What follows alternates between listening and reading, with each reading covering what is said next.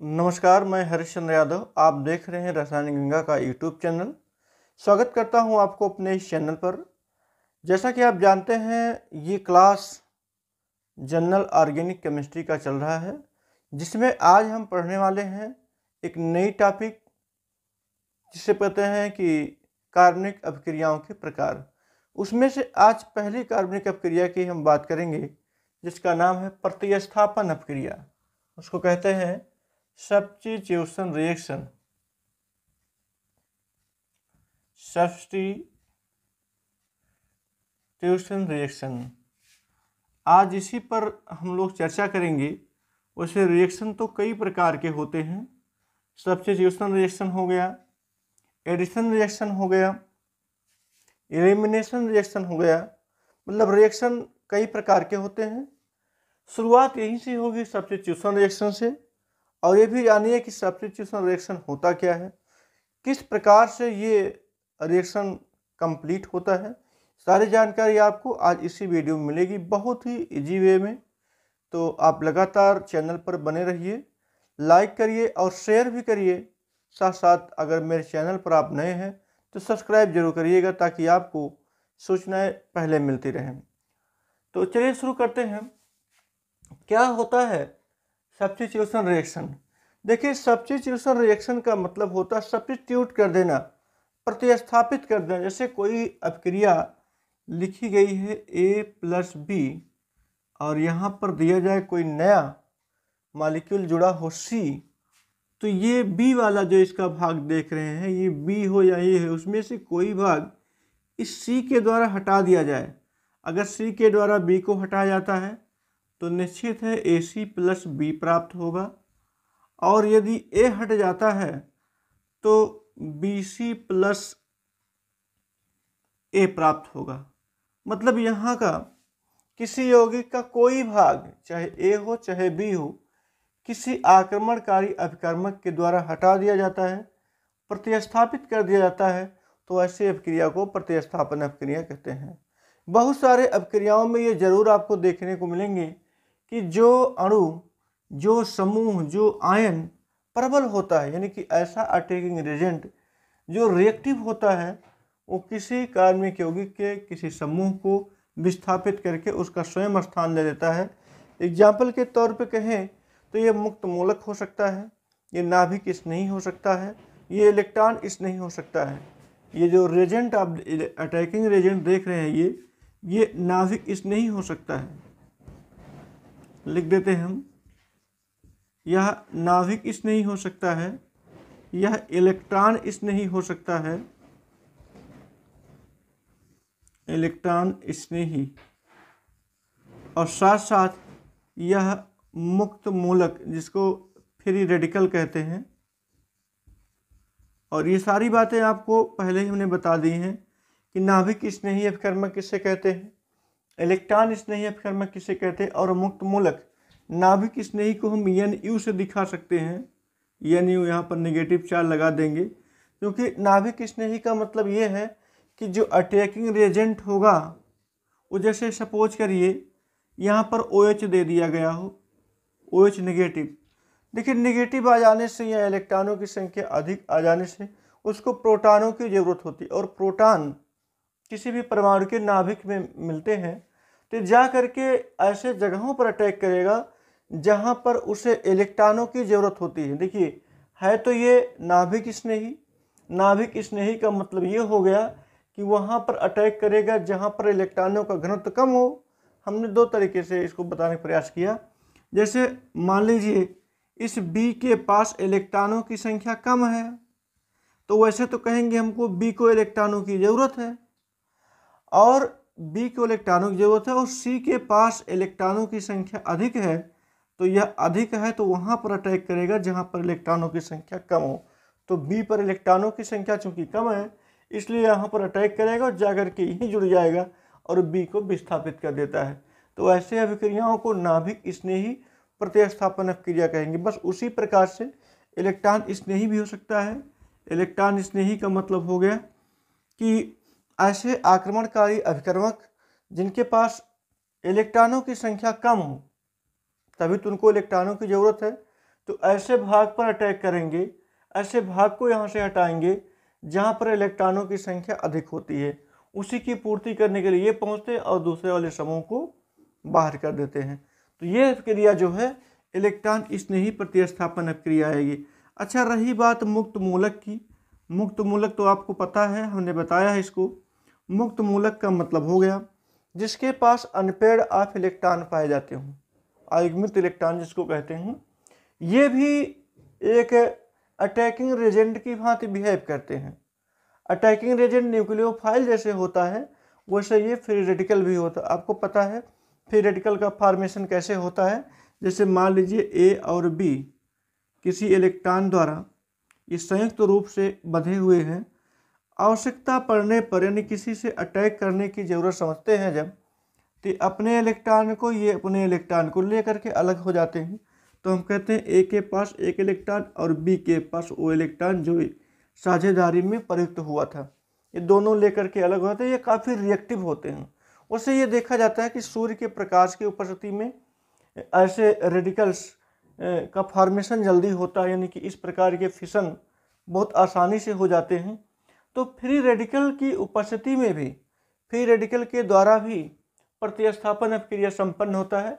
जैसे अब इसमें होगा क्या, ये ए और बी जो देख रहे हैं ये भी फ्री रेडिकल देंगे, क्योंकि फ्री रेडिकल्स को ज़रूरत होती है एक इलेक्ट्रॉन की। ऐसा इसलिए क्योंकि इनके पास भी एक अयुग्मित इलेक्ट्रॉन होता है और हर कोई तत्व चाहता है जिसके पास अयुग्मित इलेक्ट्रॉन होता हो वो जल्दी से जल्दी पेयरिंग कर ले। तो ये पेयरिंग करने के लिए यहाँ पर अटैक करेगा और इसको यहाँ से बी को गायब कर देगा, यानी किसी समूह को गायब कर देगा। तो ऐसे में ये अब क्रिया कहलाएगी फ्री रेडिकल सब्स्टिट्यूशन रिएक्शन। उसे शुरुआत हम करेंगे फ्री रेडिकल सब्स्टिट्यूशन रिएक्शन का एक बेहतरीन एग्जाम्पल को लेकर के, जिसको आप जानते हैं मेथेन का हेलोजनेशन।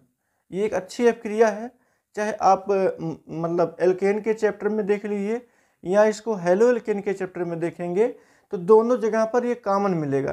तो हम जब दोनों जगह कॉमन मिलेगा उसको हम एक ही जगह पर कर देते हैं ताकि आप चैप्टर कोई भी पढ़िए लेकिन ये रिएक्शन जरूर मिले। चलिए हम एक उल्टे क्रम में चलते, पहले फ्री रेडिकल, उसके बाद इलेक्ट्रोफिलिक सब्स्टिट्यूशन, उसके बाद न्यूक्लियोफिलिक सब्स्टिट्यूशन रिएक्शन पर चलेंगे। तो ध्यान दीजिएगा, बहुत ही इम्पॉर्टेंट टॉपिक है ये सब्स्टिट्यूशन रिएक्शन का। देखिए यहाँ पर जैसे दिया जाए मेथेन पर क्रिया हम करवाने जा रहे हैं Cl2 की, और ये यहाँ से एक Cl हटेगा। उससे पहले पूरी इस रिएक्शन की हम समरी बता दें, फिर अभी इसका हम मैकेनिज्म बताएंगे तो देखेंगे वहाँ पर प्रैक्टिकल काम कैसे करता है। देखिए Cl2 है, एक Cl आ जाएगा CH4 के पास, तो H वहाँ से गायब होगा तो हो जाएगा Cl और बनेगा प्लस HCl। और ध्यान दीजिएगा ये सब सूर्य के प्रकाश की उपस्थिति में हो रही क्रिया है। फिर बचा है क्या, CH3Cl। हम फिर क्रिया कराएंगे इसी Cl2 से, और ये Cl2 यहाँ से फिर से एक H को गायब करेगा, हो जाएगा CH2Cl2 प्लस HCl। अगले पद की बात करें तो ये CH2 यहाँ पर Cl2 से क्रिया करेगा, यहाँ का एक H और गायब होगा, हो जाएगा CHCl3 प्लस HCl, और आगे चल करके ये CHCl3 क्रिया करेगा Cl2 के साथ, ये बना लेगा CCl4 प्लस HCl। देखिए 4 पदों में क्रिया कंप्लीट हुई है। 4 पदों का मतलब ये चारों हाइड्रोजन निकलने के लिए एक एक पद का प्रयोग किए हैं। शुरुआत में देखेंगे जो मेथेन है, जब हाइड्रोजन से क्रिया करेगा तो हाइड्रोजन इसका विस्थापित होगा। जैसे ही हाइड्रोजन इसका विस्थापित होगा ये बनाएगा CH3Cl, जिसको हम बोल सकते हैं क्लोरोमेथेन बोल दीजिए, ज़्यादा अच्छा रहेगा IUPAC में। इसका नाम हो जाएगा क्लोरोमेथेन, और ये जो है इसका नाम हो जाएगा डाई क्लोरोमेथेन, और इसे हम कहते हैं ट्राई क्लोरोमेथेन। मीथेन, या इसी को क्लोरोफॉर्म भी कहते हैं। ध्यान दीजिएगा, CH Cl3 ट्राईक्लोरोमेथेन के साथ साथ इसको जनरल अगर नॉमेनक्लेचर की बात करें या इसको हम कमर्शियल नाम की बात करें तो हम इसे क्लोरोफॉर्म भी कह सकते हैं। और ये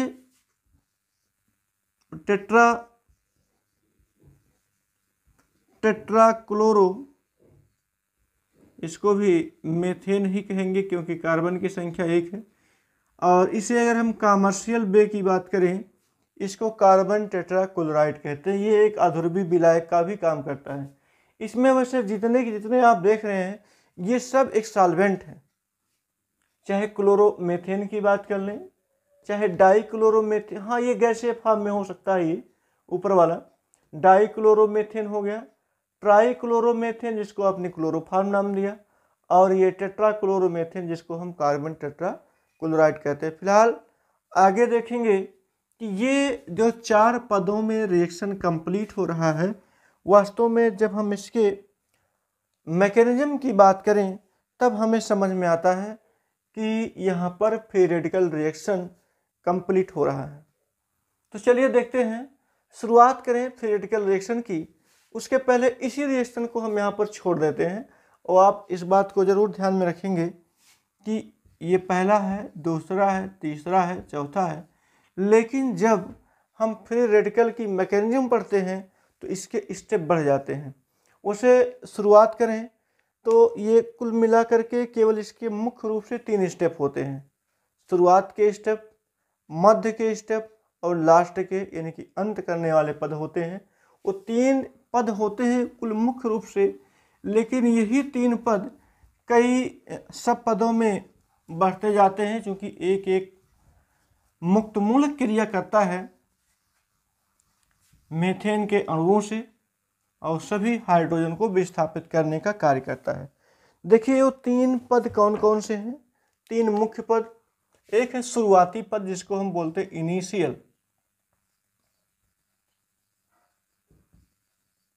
इनिशियल स्टेप, और दूसरे की बात करें इसको बोलते हैं प्रोपागेशन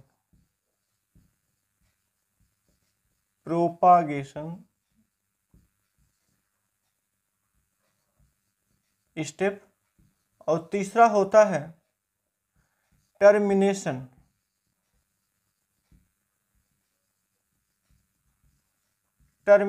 स्टेप।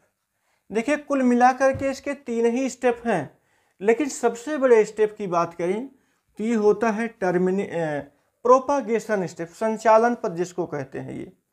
ये पद जो होता है थोड़ा सा एक चेन सिस्टम होता है। ये बार बार वहाँ पर कभी H गायब होगा तो Cl2 जुड़ेगा, Cl2 के साथ क्रिया कराएंगे तो Cl मूलक में एक Cl मूलक क्रिया करेगा। अभी आपको समझ में आएगा, लेकिन ये जानिएगा सबसे अगर लॉन्ग चेन की बात करें तो यही होता है जिसको बोलते हैं प्रोपागेशन स्टेप या प्रोपागेशन चेन बोल सकते हैं। इनिशियल का मतलब बिल्कुल शुरुआती पद होता है। कोई भी क्रिया संपन्न होने के जो उसका शुरुआती स्टेप होता है, शुरुआती पद होता है, यही होता है नंबर 1 पर।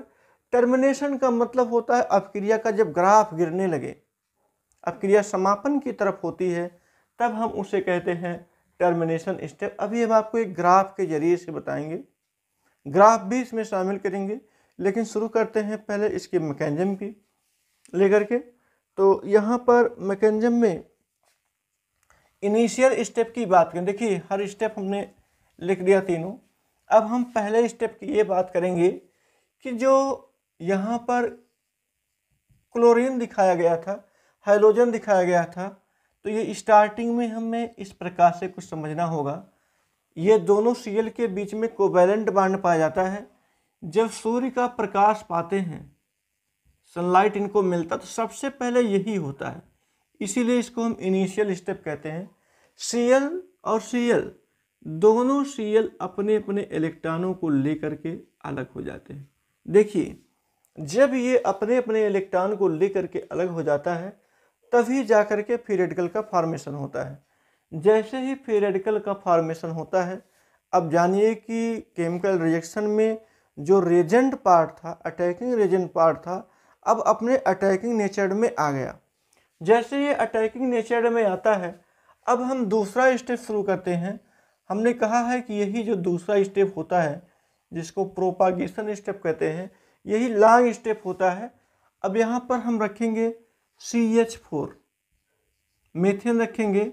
मीथेन पर हम क्रिया कराएंगे क्लोरीन से, इसके एक मूलक से क्रिया कराएंगे। जो Cl मूलक दिखाई दे रहा है, उस Cl मूलक से हम क्रिया कराते हैं। ये है Cl मूलक, प्रेजेंटेशन वही होगा। जैसे ही हम इस Cl मूलक से क्रिया कराएंगे, हम साइड में लिख देते हैं कि ये जो CH4 आपको दिखाई दे रहा है, ये H यहाँ पर, H यहाँ पर, H यहाँ पर, H यहाँ पर, ये सारे के सारे जो हाइड्रोजन हैं वो कहीं न कहीं कार्बन के साथ कोवैलेंट बॉन्ड से बंधे हुए हैं। जब सूर्य का प्रकाश पाते हैं, जैसे यहाँ पर स्टेप, पहले वाले स्टेप में आपने देखा था कि Cl अलग हुआ था, ऐसे ये भी अपने इलेक्ट्रॉन को लेकर के अलग, और ये भी अपने इलेक्ट्रॉन को लेकर के अलग। तो जब ये अपने इलेक्ट्रॉन को लेकर के अलग होगा, तो ये मेथिल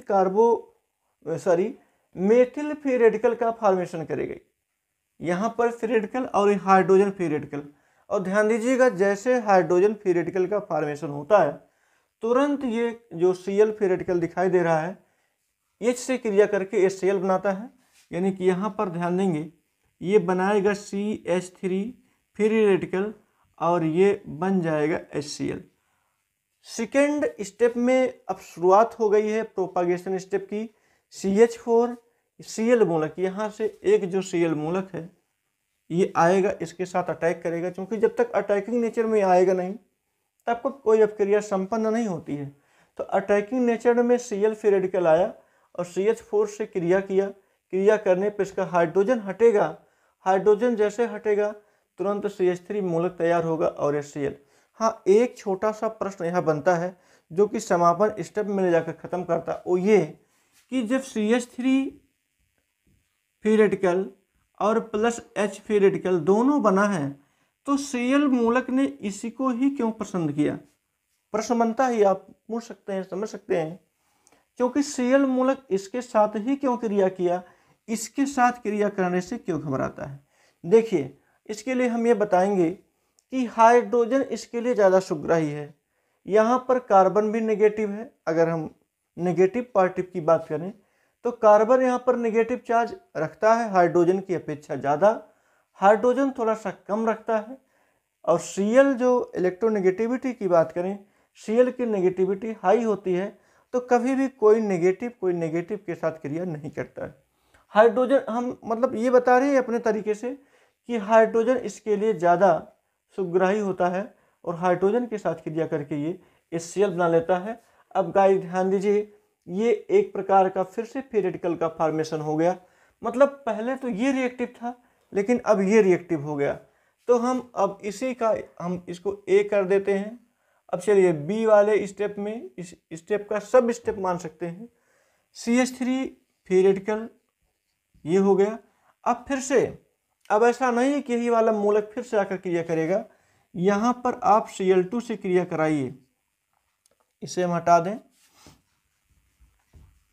Cl2 से क्रिया कराएंगे तो शुरुआती स्टेप में जो आपने Cl को तोड़ा था, यहाँ पर एक Cl और टूटेगा। जैसे ये Cl टूटेगा, ये तुरंत बना लेगा CH3 free radical plus CH3 free radical है ही ये, CH3 और ये Cl बना लेगा और यहाँ पर एक फ्री रेडिकल और एक्टिव हो जाएगा यहाँ पर। तो ये वाला स्टेप, यानी एक हाइड्रोजन को हटाने के लिए और उससे Cl जोड़ने के लिए दो पद का सहारा लेना पड़ा। यहाँ पर ये हो गया। अब हम C स्टेप की बात करें, C स्टेप की अगर हम बात करें इसी में, तो ये आपको दिखाई दे रहा है CH3, ये Cl, फिर यहाँ पर Cl फ्री रेडिकल है। अब ये Cl फ्री रेडिकल करेगा क्या? ये यहाँ पर ध्यान देने वाली बात है। शुरुआत में देखिए, शुरुआत में आपने देखा था कि जब Cl फ्री रेडिकल किसी हाइड्रोजन युक्त या हाइड्रोजन रहित किसी हाइड्रोकार्बन से क्रिया किया था, तो यहाँ से हाइड्रोजन ही गायब हुआ था, यहाँ से भी हाइड्रोजन गायब होगा तो बनेगा क्या, CH2 और ये Cl है ही ये, फिर इसके पास आ जाता फ्री रेडिकल, यहाँ से H गायब हुआ है तो बनाएगा ये HCl। ध्यान दीजिएगा, जैसे शुरू में हुआ था वैसे यहाँ पर भी। और अगर हम डी स्टेप की बात कर लें इसके, तो CH2Cl पर हम फिर से क्रिया कराएंगे Cl2 की। जैसे Cl2 क्रिया कराएंगे, इसका हम फ्री रेडिकल स्टेप दिखा देते हैं। यहाँ पर जैसे Cl2 क्रिया कराएंगे तो Cl फिर फ्री रेडिकल बन जाता है। अब वही Cl फ्री रेडिकल इसके साथ जब जुड़ेगा तो गाइस ध्यान देने वाली बात है, CH2 पहले था ही और यहाँ पर Cl था, फ्री रेडिकल था, फ्री रेडिकल एक आकर के जुड़ेगा तो यहाँ पर CH2Cl2 हो जाएगा और एक बार फिर से फ्री रेडिकल का फॉर्मेशन हो जाता है। यहाँ पर जैसे फ्री रेडिकल का फॉर्मेशन हुआ तैसे आप ABCD, अब उसके बाद आप E सब स्टेप पर आ जाइए। यहाँ पर लिखेंगे CH2Cl2। अब ध्यान दीजिएगा, पहले वाले स्टेप आते हैं। जब CH4 था, फिर Cl फ्री रेडिकल क्रिया किया था तो केवल एक हाइड्रोजन गायब हुआ था, एक हाइड्रोजन गायब हुआ था तो HCl बना था। दूसरे स्टेप में फ्री रेडिकल ने फिर Cl2 से क्रिया किया था, फिर जा करके ये शुद्ध रूप से CH3Cl बना था। यहाँ पर केवल और केवल एक हाइड्रोजन को विस्थापित करने में काम हुआ। फिर दूसरे वाले पद में आता है जिसको हम C बोलते हैं। अब CH3Cl बस ऐसे हो गया जैसे पहले CH4 था, Cl फ्री रेडिकल ने क्रिया किया तो यहाँ पर CH2Cl बन गया और ये HCl बन गया। तो यहाँ पर अभी हाइड्रोजन नहीं निकला हुआ है। यहाँ से देखिए, यहाँ से तो हाइड्रोजन लग रहा निकल गया, ये शुरुआत में भी हाइड्रोजन निकला था। जैसे हाइड्रोजन निकलेगा ये HCl के साथ अलग हो जाएगा और इस पूरे पद को यहाँ तक ले जा करके पूरा करेंगे, क्योंकि Cl नहीं जुड़ा हुआ है। क्योंकि हाइड्रोजन तो जरूर निकला यहाँ से, लेकिन Cl नहीं जुड़ा हुआ है। जब Cl2 आएगा, गाइस इस बात का ध्यान देंगे, जब Cl2 आएगा तभी Cl जा करके इसमें ऐड होगा। अब यहाँ तक बात जब क्लियर हो गई तो दो हाइड्रोजन अब तक केवल विस्थापित हुए हैं, 3 और यहाँ से एक आ गया 2। अब फिर चलते हैं CH2Cl2। अब समझना हो तो आप यहाँ पहुँचिए, कहाँ पर, यहाँ पर इस स्टेप में। यहाँ पर Cl मूलक फिर से क्रिया करेगा, है भी यहाँ पर Cl मूलक। Cl मूलक जैसे क्रिया करेगा, यहाँ से केवल और केवल हाइड्रोजन को हटाएगा। जैसे हाइड्रोजन को हटाएगा यहाँ पर तो ये हो जाएगा CH और ये Cl2, यहाँ पर फ्री रेडिकल हो जाएगा, बनेगा ये HCl। अगले स्टेप में F में चल जाइए, F में जाएंगे तो ये CH फ्री रेडिकल और ये Cl2 प्लस यहाँ पर फिर से हम, चूँकि अब जितना मूलक था सब खत्म हो गया, फिर Cl लेते हैं ताकि एक मूलक बने। Cl से फिर एक Cl रेडिकल प्राप्त होगा, यह रेडिकल जा करके इससे जुड़ेगा, बनाएगा CH Cl3 और प्लस बना देगा ये Cl फ्री रेडिकल। फिर से एक स्टेप जा करके कंप्लीट हुआ हाइड्रोजन को निकालते हुए। अभी एक हाइड्रोजन और बचा हुआ, चलिए फिर इस स्टेप को लेते हैं जिसको हम G स्टेप कहते हैं। यहाँ पर CH Cl3, जिसको आप क्लोरोमेथेन या कह सकते हैं ट्राइक्लोरोमेथेन जिसको बोलते हैं, क्लोरोफार्म। यहाँ पर फ्री रेडिकल एक बचा हुआ है, फिर फ्री रेडिकल क्रिया करेगा। आप पहले स्टेप में पहुँचिए, यहाँ से केवल हाइड्रोजन गायब हुआ है। जब हाइड्रोजन गायब होगा तो CCl3 देगा फ्री रेडिकल और प्लस बनाएगा यह HCl। क्लियर। अब फिर ये फ्री रेडिकल जो तैयार हुआ है ये, इसको चाहिए Cl2 के, तो G के बाद स्टेप आता है H का। यहाँ पर लिखेंगे Cl3 फ्री रेडिकल, यहाँ पर हम लेंगे Cl2 क्योंकि मूलक खत्म हो गया। फिर यहाँ पर जो एक मूलक तैयार हुआ था ये दे देगा CCl4।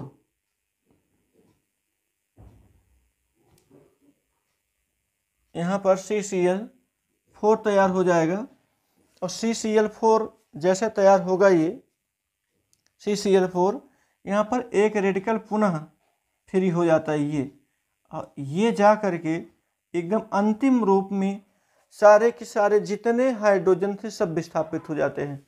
वैसे देख रहे हैं 1 2 3 4 जोड़ों में ये रिएक्शन कंप्लीट होता है। वैसे शुरुआत जब किए थे बिना मैकेनिज्म के तो केवल 4 स्टेप में चारों हाइड्रोजन गायब हो गए थे, लेकिन यहाँ पर क्या हुआ है आप ध्यान से समझिए, बहुत आसान लगेगा आपको समझने में।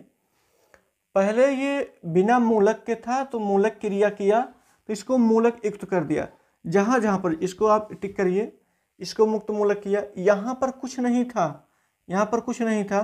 अब ये जा कर के आगे फिर रेडिकल्स में तैयार होगा, यहाँ पर भी देख रहे हैं कुछ नहीं है, लेकिन ये आगे जा कर के रेडिकल में तैयार होगा, और यहाँ भी देख रहे हैं कुछ नहीं है तो आगे जा कर के ये रेडिकल में तैयार होगा। यानी कि जब भी जो ये मीथेन है ये जब भी हटेगा यहाँ से, चाहे मीथेन हो चाहे क्लोरोमीथेन के फॉर्म में होता है, जब भी फ्री रेडिकल क्लोरो-फ्री रेडिकल कार्य करता है इसके साथ अटैक करता है, तब वह जा करके स्वयं अपने आप को फ्री रेडिकल में फॉर्मेशन यानी फॉर्मेट कर देता है, रेडिकल तैयार होगा, बार बार ये रिएक्शन चलता रहेगा। इसीलिए ऐसे स्टेप को हम प्रोपागेशन स्टेप या इसको हम बोलते हैं संचालन पद, इसको हम संचालन पद के नाम से जानते हैं, और ये इसको हम प्रारंभिक पद कह सकते हैं। शुरुआत का पद है, ये प्रारंभिक पद हो गया। अब इसके बाद लास्ट एक है, हमने बताया था टर्मिनेशन स्टेप। टर्मिनेशन स्टेप बताएंगे, लेकिन इसका एक बार आप स्क्रीनशॉट लीजिए फिर बताते हैं। चलिए देखते हैं। इस बात का ध्यान रखेंगे, हमने शुरू में आपको एक चीज बताया था कि यहाँ पर पहले तो ये क्लियर हुई है फिर उसको बताते हैं। एक मूलक बचा हुआ अभी किसी के साथ क्रिया नहीं किया है, पहले ये संतुष्ट हो जाइए कि यही एक मूलक शुरुआत किया था और एक मूलक बच गया था, और यहाँ पर Cl2 से जब आपने क्रिया कराया तो एक मूलक यहाँ बच गया। इसी बात को एकदम ध्यान में रखिए। अब हम इसको मिटा देते हैं, ये दोनों बातें क्लियर हो जाती हैं तो कि अभी एक मूलक शुरुआत में और एक मूलक बाद में ये बचा हुआ है क्लोरो-फ्री रेडिकल्स का। तो जब समापन पद आता है, यहाँ पर ये चीज़ जो बचा हुआ है, समापन पद जब आता है जिसको हम टर्मिनेशन स्टेप बोलते हैं, टर्मिनेशन स्टेप। टर्मिनेशन स्टेप में जो बचा होता है वो जुड़ जाता है। जैसे देखिए पहला उत्पाद क्या बन सकता है, Cl फ्री रेडिकल और Cl फ्री रेडिकल, ये दोनों एक शुरुआत में एक अंत में, ये दोनों बचे थे तो ये दोनों जा करके बना देते हैं Cl2। तो देखिए यहाँ पर Cl2 गायब ही नहीं हुआ, पूरी F क्रिया हम देख चुके, तो Cl2 गायब नहीं मिला, Cl2 पुनः हमको जा करके मिल जाता है। अब फिर अगर बात करें, अभी एक कंपाउंड और बन सकता है। जब शुरुआत में हमने आपको बताया कि ये जो Cl है, यहाँ पर Cl फ्री रेडिकल है, ये CH3 से और H से, ये दोनों फ्री रेडिकल है, ये इसके साथ क्रिया बड़ी आसानी से करता है, इसके साथ क्यों नहीं करता? देखिए करता है लेकिन बहुत ही माइनर प्रोडक्ट बनाता है, बहुत ही माइनर प्रोडक्ट बन पाता है, इनकी अधिक मात्रा में प्रोडक्ट नहीं बनता। लेकिन यहाँ पर समापन के स्टेप में जो सूक्ष्म मात्रा में बनने हुए प्रोडक्ट होते हैं Cl और Cl मूलक, हम बना देते हैं CH3Cl। वैसे इसका जो प्रोडक्शन है बहुत ही कम होगा, और ऑर्गेनिक केमिस्ट्री में जिसका प्रोडक्शन ज़्यादा होता है उसी को प्रायः दिखाया जाता है।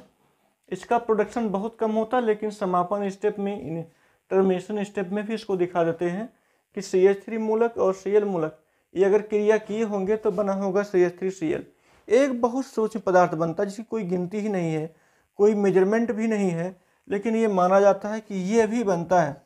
जैसे CH3 फ्री रेडिकल और ये CH3 फ्री रेडिकल, ये भी कभी थोड़े समय के लिए, जैसे ये है, कभी थोड़े समय के लिए फ्री रह जाता है अगर, तो ये बना लेता है CH3 और CH3, जिसको बोलते हैं एथेन।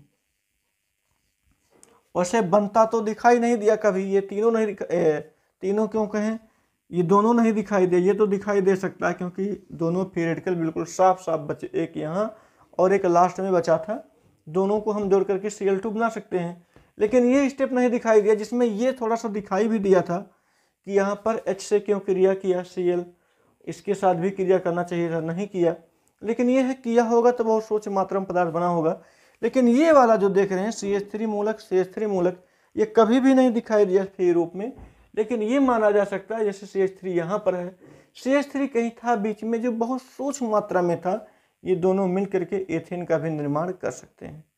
तो ये तथा ऑर्गेनिक केमिस्ट्री में सब्स्टिट्यूशन रिएक्शन, और सब्स्टिट्यूशन रिएक्शन में ये एक प्रकार की क्रिया थी जिसको बोलते हैं free radical substitution reaction.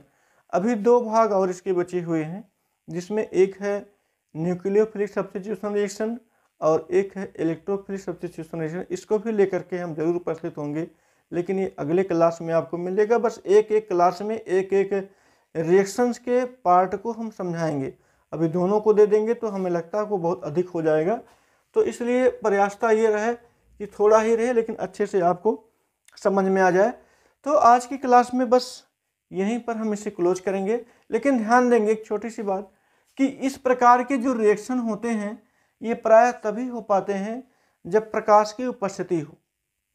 Methane के हेलोजनेशन में ये रिएक्शन इसके के रूप में हम इसे समझ सकते हैं। और हमने बताया कि लाइट की उपस्थिति का होना भी अनिवार्य है।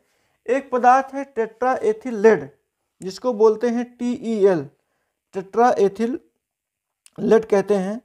यदि मिश्रण में कहा जाए मुक्त मूलक उत्पन्न करने वाला कोई अभिकर्मक TEL, जिसको टेट्रा एथिल लेड कहते हैं, मिला दिया जाए तो यह प्रकाश की अनुपस्थिति में भी संपन्न हो सकता है। जैसे देखिए आपने यहाँ पर लिखा है क्या, Hμ, मतलब कि प्रकाश की उपस्थिति का होना अनिवार्य है।